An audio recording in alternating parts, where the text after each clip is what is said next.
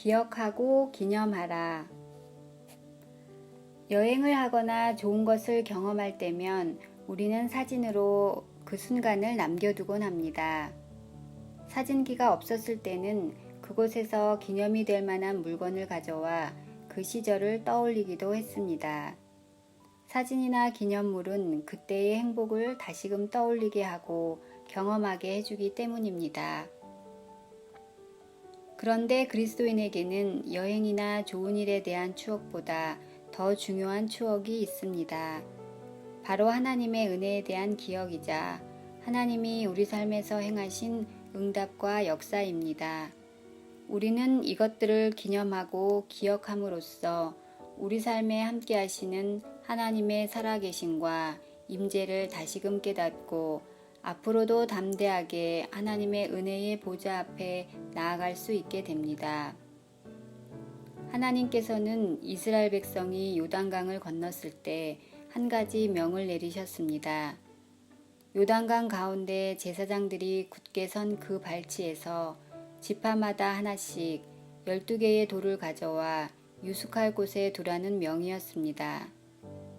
당시 이스라엘에게는 안전한 곳으로의 전진이나 적의 공격을 차단하기 위한 울타리 세우기 등 해야 할 일이 많았을 것입니다. 그러나 하나님은 12돌을 취하게 하심으로 무엇보다 우선하여 믿음으로 요단강을 건넌 것을 기억하고 하나님의 살아계심과 은혜를 후대에까지 기념하게 하셨습니다. 이것이 너희 중에 표징이 되리라. 표징은 하나님의 역사와 능력의 증거입니다. 이스라엘은 이 증거가 있었기에 가나안으로 들어갈 때 눈앞의 상황이나 환경에 얽매이지 않고 오직 하나님의 능력과 은혜에 의지하여 담대히 나아갈 수 있었습니다. 더 나아가 12돌을 바라보면서 자신들의 삶에 임한 하나님의 놀라운 은혜와 기적을 떠올리며 감사하고 그 감격을 이어갈 수 있게 되었습니다.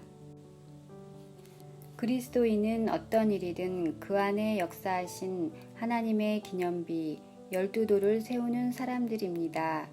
지난날 내 삶에 임한 하나님의 은혜와 역사를 기억하고 기념함으로써 오늘의 삶에서도 하나님의 살아계심과 은혜를 경험하며 내일의 삶에도 여전히 함께 하실 하나님의 은혜와 사랑을 기대하고 소망하는 믿음의 삶을 살아가는 사람들입니다.